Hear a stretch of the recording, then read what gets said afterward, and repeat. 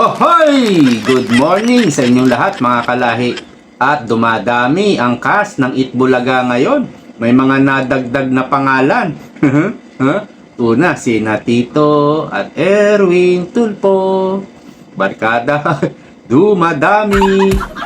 Nadagdag na po.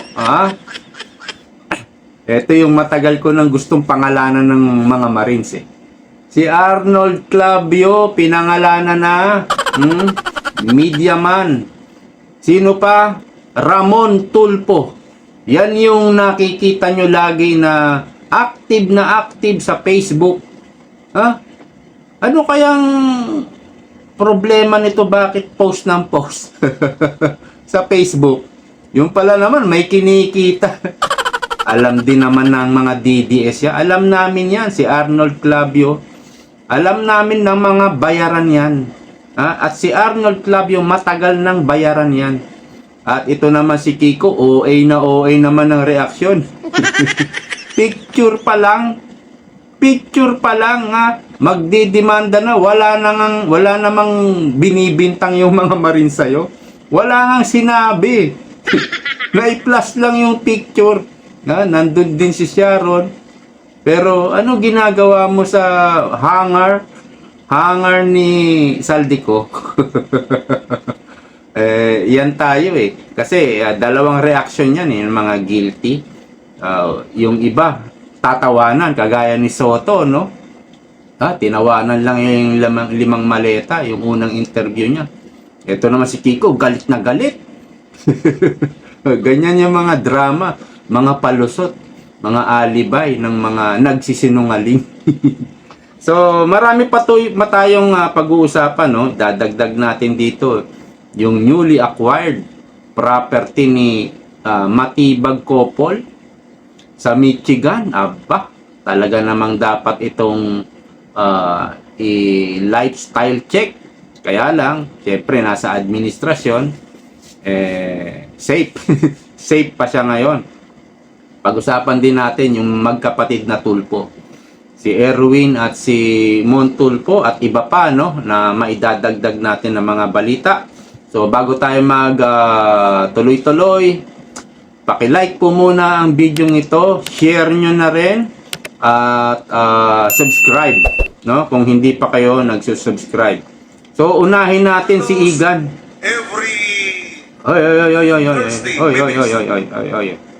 Unahin natin si Igan, ano? Itong si Igan, matagal na po itong anti-Duterte, galit na galit sa Duterte. Ganon na rin sa mga kaalyado ng Duterte. Yun naman pala. Buwan-buwan pa lang dinideliveran nito. Buwan-buwan na tumatanggap. Kaya naman pala, meron naman palang kinikita. May napapala. No? So, dito po sa pahayag ng ex-marine, ano? Si Arnold Clavio, pinangalanan sa testimonya ng ex-marine witness. Ito, panibagong aligasyon ang inilabas ng isang ex-marine witness sa isinagawang press briefing kaugnay ng umano'y operasyon ng mga bagmen at public relations personnel na konektado sa isinasangkot na flood control scandal. Ayon sa testigo, na-assign umano siya sa isang media PR na kinilala niyang si Bernard Peralta. Kita nyo, may detalye kahit papaano. May detalye at may corroboration dito kay Bernard Peralta. Kung sa korte yan, pwedeng isabpina ito si Peralta, ano? At itong sinasabing media man na ito, ang gawain po niyan, may mga kliyente po yan. May mga kliyente yan ng mga politiko, businessman, kung ano yung agenda, at yun yung ipapatrabaho nila sa media.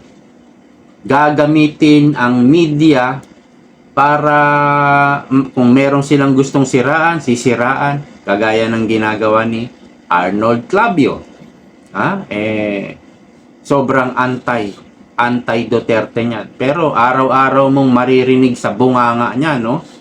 Walang kinikilingan, walang pinoprotektahan. Serbisyong totoo lamang. Wow! Sa panayam, sinabi niyang doon niya umano nakita ang pagbibigay ng mga paper bag sa ilang personalidad sa media. So, ilan pala to?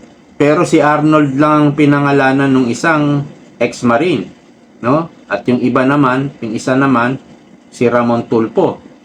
Anyway, na-assign po ako sa isang PR na taga-media na si Bernard Peralta. Doon ko po nakita yung mga nabigyan po ng mga paper bag na mga angkor na angkor mga angkor. Marami pa po. Marami pa. Kabilang sa mga pinangalanan natin ng testigo, si broadcaster Arnold Clavio. Ayan. Mga. Pero nag-ano rito nag-react ang GMA News. GMA Network. Ito po. GMA Network has noted the statements made during a press conference earlier today. The network takes matters involving the integrity, integrity daw of our journalists seriously. The network will evaluate the matter further. GMA Network remains committed to responsible journalism. Nako, wala nang naniniwala dyan. We ask the public to refrain, from conclusion. Maapila pa sa publiko, no? Pero itong GMA, matagal na po kayong bias kahit sabihin yung serbisyong totoo lamang, hindi totoo ang serbisyo nyo. In fact, yung kauupo lang ni Bongbong Marcos, yung tatlong angkor dyan, si Jessica Soho, Mel Chanco, sa kayong isa, yung payat, yung sexy. Diba, naka-ismid yan. Galit na galit. Habang nagbo-broadcast sila, nakasimangot nung, siguro yun, inauguration ni Bongbong Marcos. Kasimangot. Pero, nung kalaunan, hindi na bumabanat kay Bongbong Marcos. Yung network mismo, ano ibig sabihin nun? Nabili na. Yan ang words na nanggaling kay Tatay Digong. Nabili na. Kanila na yung media, nabili na. Ngayon, hindi kayo makabanat sa mga korupsyon ni Bongbong Marcos, di ba? Pero nung kay Duterte, banat kayo ng banat. Wala kayong korupsyon na binibintang, pero yan yung mga EJK, kung ano-ano pa, mga pagmumura ni Duterte. Eto, lantaran na, nandyan na. Nandyan na yung mga ebidensya, pero hindi nyo man lang kantiin si Bongbong Marcos. Kasi, nabili na. Ang sabi ng taga-Marines, mga angkor, ang dami niyan pag sinabing mga.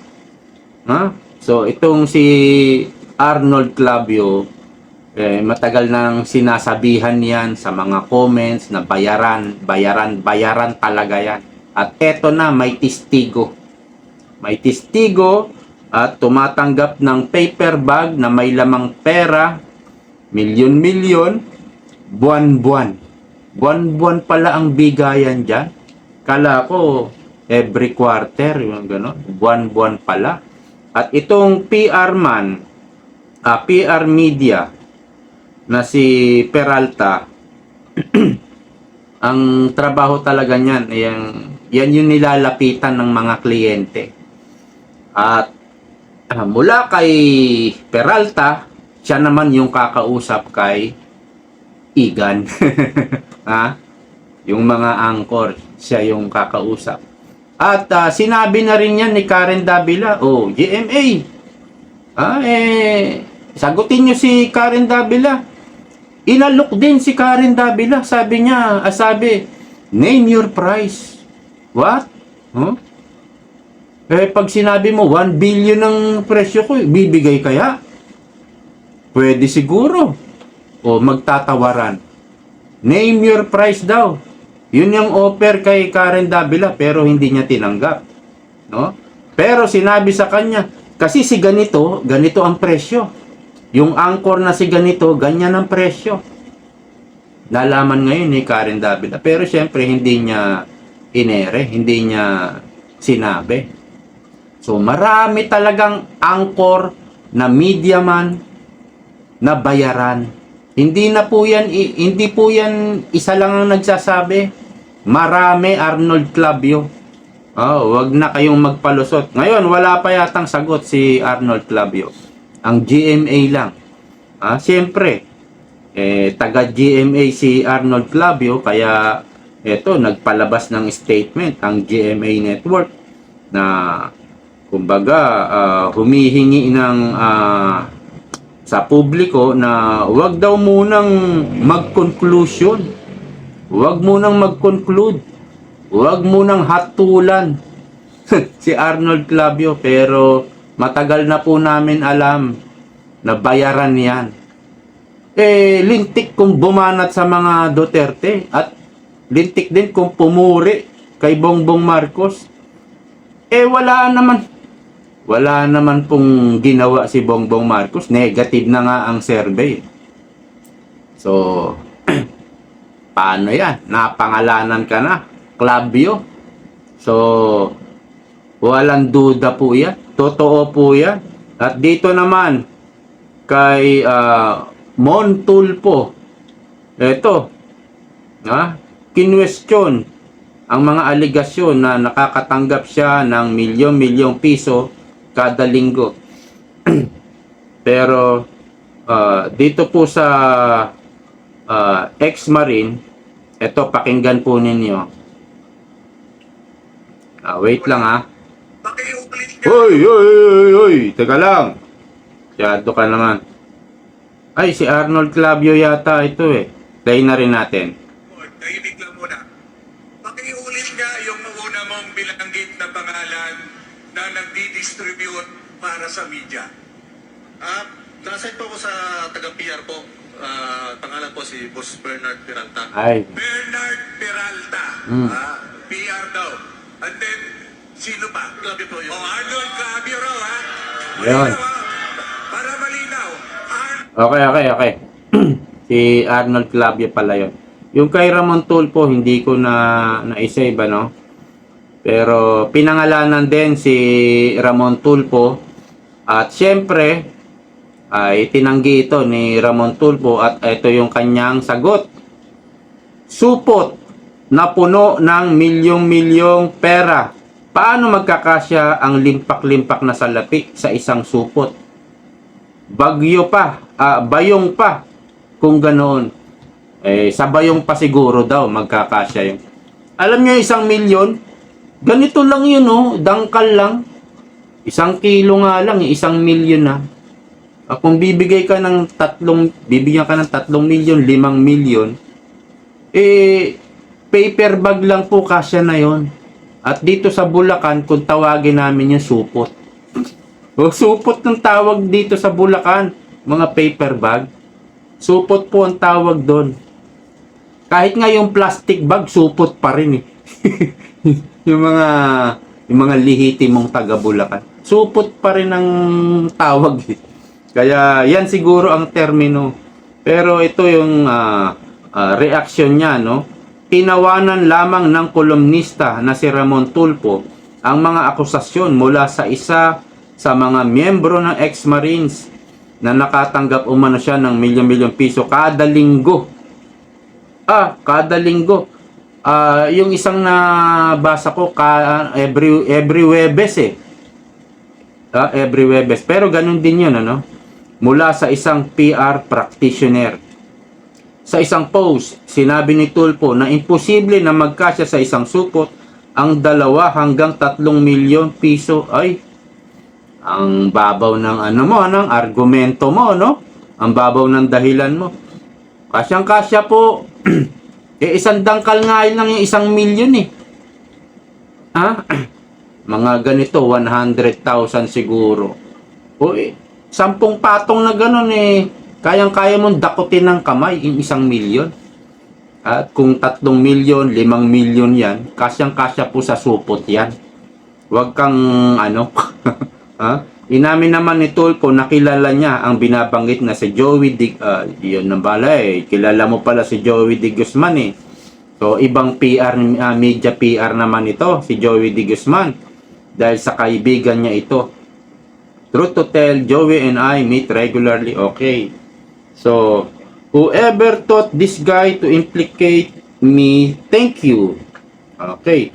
So, ang style naman ni Ramon Tulfo, tinawanan lang. No? Parang si Soto, no? Dinaan sa comedy yung 5 maleta nung una siyang na-interview sa Senado. Ganon din si Bongbong Marcos. Ha? Sir, pa-drug test ka daw. O, diba ganyan yung reaction? Kunyari, dinadaan sa tawa. Para isipin, ay wala yan. Isipin ng tao, wala eh. Hindi totoo yan. Tinatawanan lang. Yan po yung isa sa mga palusot sa mga style ng mga nagdi-deny, nagsisinungaling. Wala namang kawatan na umaamin ngayon. Kahit pitpitin pa yung yagballs, hindi aamin yung mga magnanakaw na yan. Pera ng bayan po yan, ano? So, dito kay Ramon Tulfo, tignan mo yung Facebook niya, no? Masigasig na bumabanat sa mga Duterte, parang si Clavio. Masigasig na bumabanat sa mga aliado ng Duterte, kahit itong sa mga kumbaga nadidikit kay BP Sarang mga senador, kung banatan niya ni Tulfo. Magtataka ka, may sweldo ba to? Yung banat-banat, yun naman pala. Kumikita din. Pero alam na rin po namin yan. Matagal na rin pong mababasa ninyo sa mga comment, sa mga post regarding Ramon Tulfo, sa mismong Facebook niya. Sinasabihan siya ng mga taong bayaran. Bayaran, oy, may maleta ka rin ba? Kaya ganyan ka na lang kasigasig bumanat sa mga Duterte, aliado ng Duterte. Yan na nga, pinangalanan na. At mayroon pong detalye.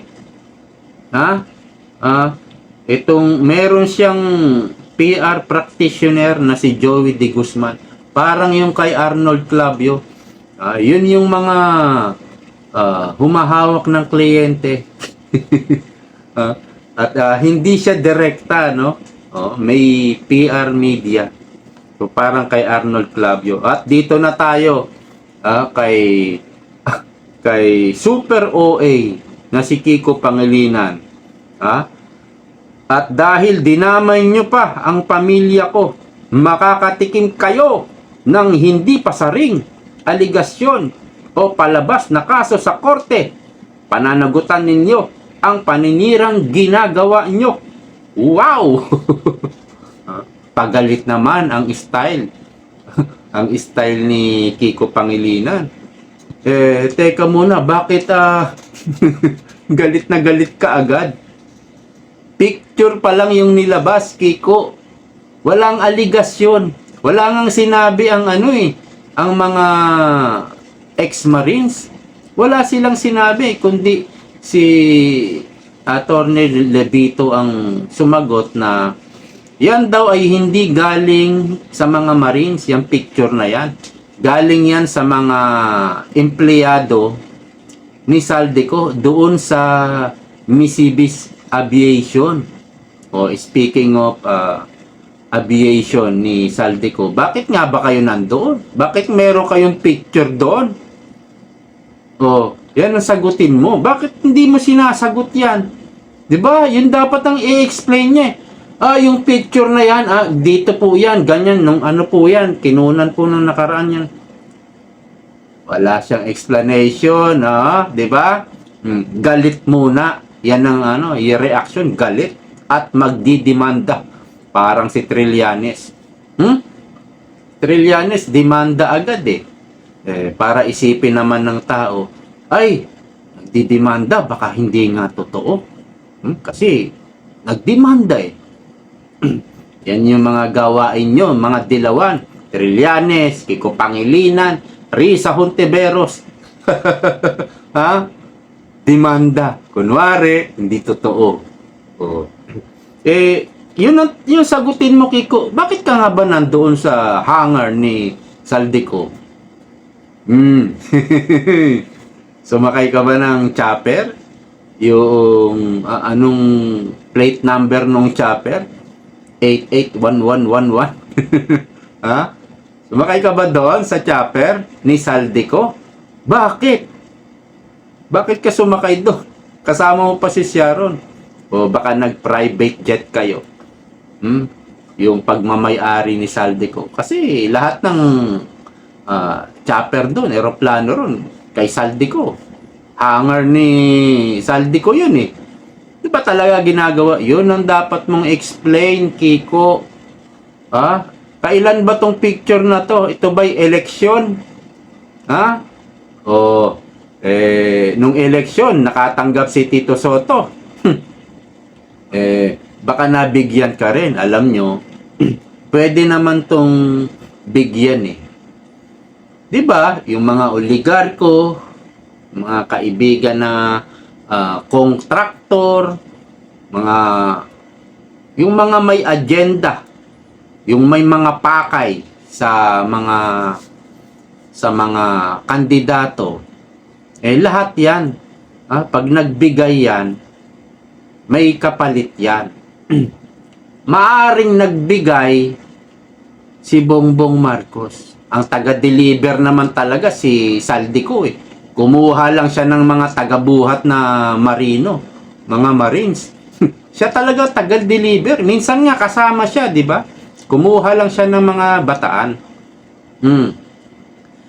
Sabi ko nga, si Tito Soto nakatanggap nung kampanya. Baka itong si Kiko, si Bam Aquino, nakatanggap din. Pwede naman eh. Kachokaran nila si Lisa Marcos.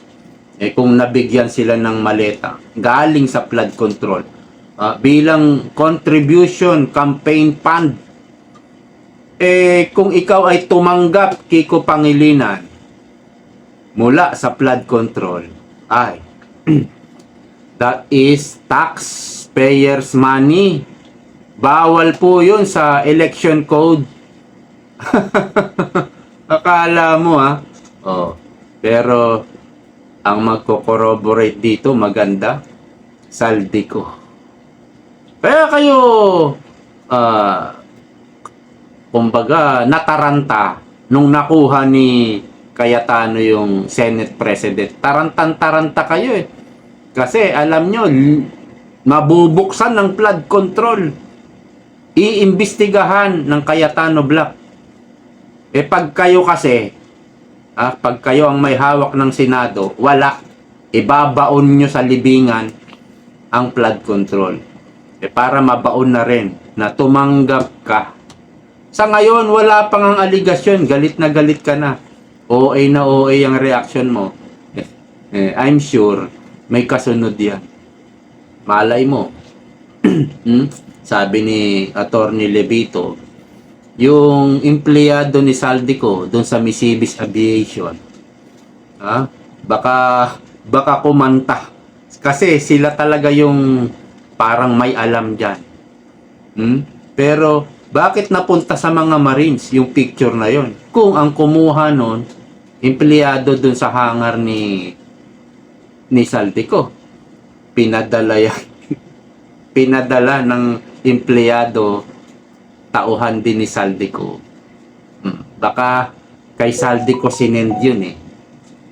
Or hindi natin alam. Baka si Saldico rin ang nagpadala sa Marines.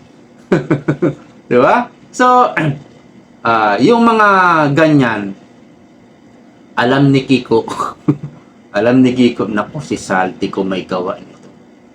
Pero syempre, hindi niya sasabihin. Si Saldico ang may alam. Maraming alam. Marami talagang alam. Kaya, pinadispatcha nila sa ibang bansa si Saldico at hindi na pinabalik eh. So, Kiko, Arnold Clavio, Ramon Tulfo, ayan. Ayan yung bagong cast ng Itbulaga, ng FC drama. Blood control drama. So, punta na po tayo dito naman kay Matibag. Ayan, no? 1,169,880 $1.1 newly acquired house and lot in Michigan by the Matibag couple. Ito pong si Matibag, NBI director, yung asawa niya, congresswoman, kung hindi ako nagkakamali. Correct me if I'm wrong. Yes, representative po ito. Ko alam kung district congresswoman or party list. Excuse po. So, ito, marami na pong, kumbaga, kumalat na po ito sa social media. Kung kung ito'y totoo o kung hindi totoo, dapat mag-react dito si Matibag. Pero ewan ko parang wala siyang reaction dito. Congresswoman ang asawa mo at ikaw ngayon si Matibag na masigasig, na lumalaban at nakipagbarilan pa nga yung NBI sa Senado noong nakuha ni Senate President Alan Cayetano ang Senate presidency. Kaya napakasigasig mo rin. At doon sa mga whistleblower, nagbubulgar, nagbubunyag ng mga nakawan sa flood control, ikaw din ang nag-iimbestiga, ikaw din ang bumabraso. Kasi nga, congresswoman si asawa mo at ikaw ay NBI director, alam naman natin na nagkakameron ka rin. Posibleng wala, di ba? Posibleng wala kahit paper bag. Congresswoman nga yung asawa mo. Alam na yan. Paano mo ma-acquire itong $1.1 million? Magkano sa pesos ito? Kung 60 pesos ang isang dolyar, ang 1 million po ay 60 million pesos. Ganyan po, 1.1. Pagpalagay natin nasa 70 million. 70 million pesos, ganyan po ang worth ng bahay nila na bagong bili. House and lot po ito sa Michigan, United States of America. So, maganda yan na i-share nyo. May mga picture dyan sa social media. I-share nyo po sa social media nyo para mabunyag. Dahil ito naman na ano naman to, nakalkal naman ito Marami pong Pinoy sa Amerika. Madali po yan makalkal. Punta lang sila sa Registry of Deeds sa Michigan, sa kumbaga City Hall ng Michigan, makakakuha na sila ng certified true copy ng house and lot nitong Matibag couple. Makakakuha po sila nun. Maliit lang din ang bayad doon. Makakakuha sila ng certified true copy. Ayan, mayroong ebidensya. Bago lumabas yan, tinignan muna yan. Chinek muna ng Pinoy yan. At dito naman kay ito si Erwin Tulfo. Ito maganda. Pakinggan po ninyo, maganda po ito. Yung salin, tungkol sa salin ni Erwin Tulfo. Mayroon kasing nagtanong na media tungkol sa salin niya na 400 million. Ang sabi ni Tulfo, Erwin Tulfo, naipon ko sa pagtatrabaho ko sa media. Naipon niya raw. Dahil sa katagalan ng kanyang pagtatrabaho sa media, naipon niya raw tong 400. Ay, nako. Para naman tayong bobong-bobo niyan. Ha? Pero sinagot siya ni Jason sa ito, magandang sagot ni Jason sa. Kaya nakukulong eh. Si Jason sa eh.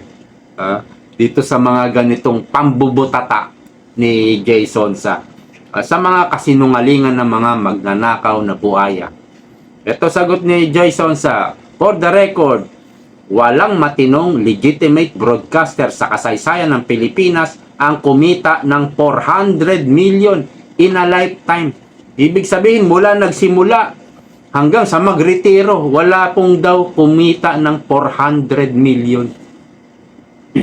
I was once one of the top broadcasters and highest paid radio and television personalities, pero hindi ko kinita iyang ganyang kalaking amount in my more than 40 years in the profession.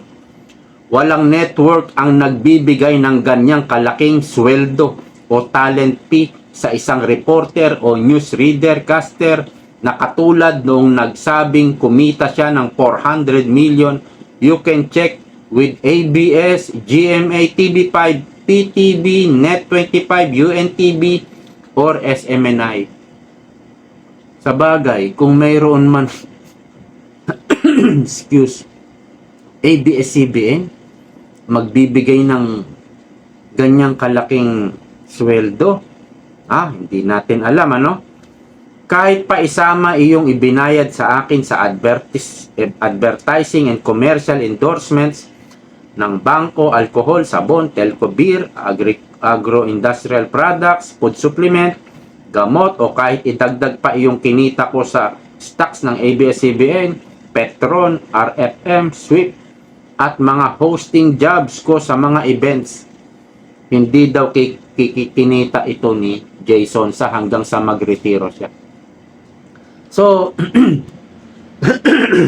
makikita nyo po yung mga dahilan ng mga magnanakaw. Mga out of this world, imposible, no? Mahirap arukin, mahirap paniwalaan yung kanilang mga dahilan. Kahit anong dahilan. O kita nyo, ang salin ni BP Sara, 88 million. Versus 400 million sa'yo. Erwin Tulfo, first time mo lang nag-congressman, and then nag-senador ka na agad. 3 years, congressman, nag-senador, bagong-bago pa lang sa Senado. Meron ka ng 400 million. Ang bilis. No? Parang 2 years lang yata ito umupo sa sa bilang congressman, kasi 1 year nasa nasa DSWD, inappoint siya ni Bongbong Marcos dyan eh. Kaya lang nagkaroon ng problema sa commission on appointment, kaya naantala at ginawa ng paraan, nilagay siya sa bilang congressman. Biruin mo, parang hindi naman kumandidato hindi kumandidato na congressman, naging congressman only in the Philippines. Kahit ano po, kahit ano pong pangangatwiran, mahirap kang paniwalaan. Pero yun mo, 88 million BP Sara versus 400 million kay Erwin Tulfo. Tapos ang i-impeach ninyo si BP Sara, 88 million lang ang salin. Tapos yung magtatayong judge, senator judge sa impeachment, siya pa yung questionable. Antindi. Di ba po? Antindi. Parang nasaan ang katarungan dyan? Nasaan ang hustisya? Pasensya na, maubo. Lagi nauubo. So, dito naman po tayo kay Rapi Tulfo. Dito naman tayo kay Rapi Tulfo. Meron kasing parang follower o o supporter ni Rapi Tulfo. Ito po ang sinabi, 30 million followers ni Tulfo posibleng magpanalo sa 2028 presidency. Meron daw 30 million followers si Rapi Tulfo sa social media. Yan daw ang pwedeng magpanalo kung tatakbo si Rapi Tulfo bilang president sa 2028. Noong tumakbo si Lenny, nagtataka yung mga kakampwet. Nagtataka. Bakit ganun? Supporter ni Lenny si Vice Ganda. Ang daming subscriber, follower ni Vice Ganda sa social media. Bakit hindi siya nanalo? Sinasabi, dinaya eh. Angel Locsin, ang dami ring follower sa Facebook, sa Instagram. For about siguro 20 million, 30 million ng follower. Talaga daw nadaya si Lenny. Ibig po sabihin, hindi como marami kang follower sa social media, boboto na lahat ng follower mo. Tingnan nyo nangyari kay Willie Ong, kinuha ni Isko Moreno si Willie Ong dahil ang daming follower sa social media.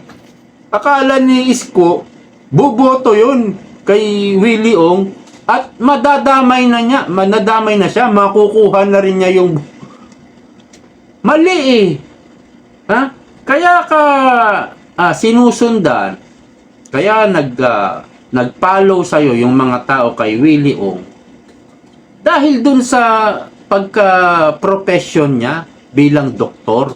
Doon iba na po yung pagtakbo niya ng vice president, ibang usapin yun. Doon mag-iisip yung mga follower niya sa social media, teka, boboto ko ba to? Kaya ako naman to sinusundan dahil lang doon sa mga sinasabi niya sa mga pangkalusugan. 'Di ba? So hindi po ito batayan. Ito hindi ito batayan na kung maraming follower si Rapi Tulfo, mananalo na siya sa eleksyon. Ang hihina ng mga ewan ko, siguro baka PR lang din ito. At eto nga, si Auntie Claire na interview ni Kuya Boy o Tito Boy Abunda. Ito tanong ni Tito Boy, most surprising thing about President Marcos. Yan ang tanong. Ano daw yung surprising thing about President Marcos? Ito sagot ni Auntie Claire. Sobrang sipag, Tito Boy. Sobrang bait. Sobrang sipag, at ito, Tito Boy, he always think about the Filipino people. Grabe yung makasip-sip ito. Parang higop na itong ginagawa mo. Sip-sip na sip-sip. Sobrang sipag daw. Sa sobrang sipag, wala silang maipagmalaking proyekto. Pati kalye, siguro may habang 100 meters, dinadayo pa sa Visayas. Nag-eroplano pa, makapunta lang doon at makapagpa-picture. Ayan, may kalyeng ginagawa. Ang tindi. Wala na ba?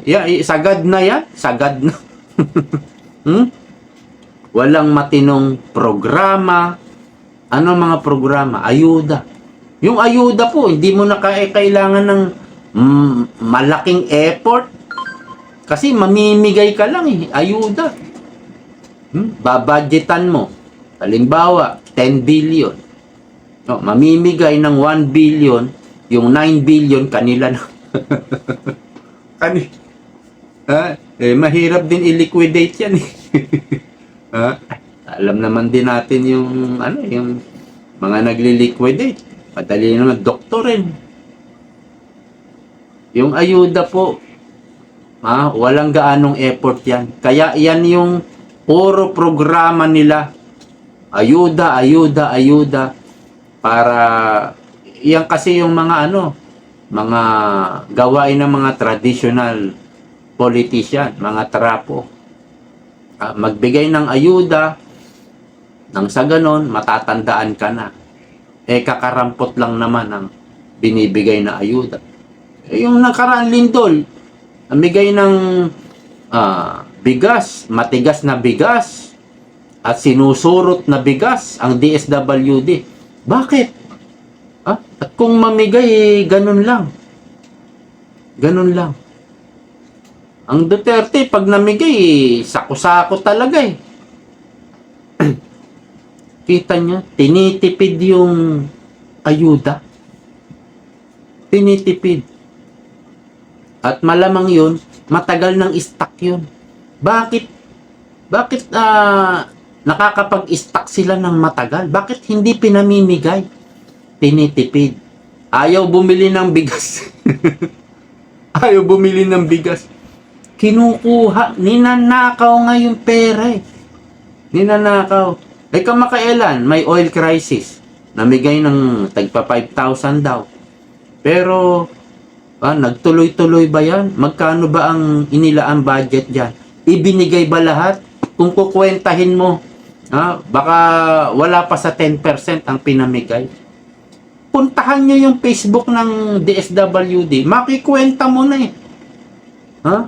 Kung totoo man yung mga datos doon, makikwenta mo pa rin. Na malayo pa. Kalahati pa lang ng taon ang budget ng DSWD for about 230 billion. Ubus na ba yun? Ba't hindi makabili ng bigas? Ang pinamimigay, matigas, sinusurot.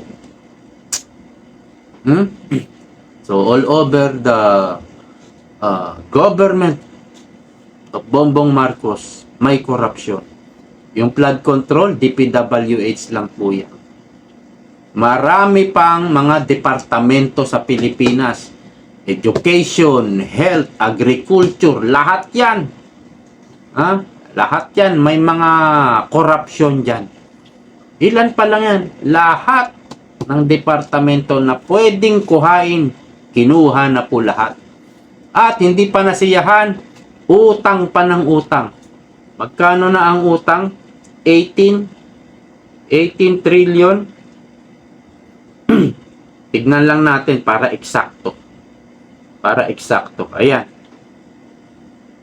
Utang ng Pilipinas 18.4 18.488 trillion pesos. Utang ng Pilipinas as of March 2026. At tinatayang 136 ang utang ng kada Pilipino. Ng bawat isa sa atin. 130,000. Sabihin natin, 100. Meron po tayo utang na 130,000.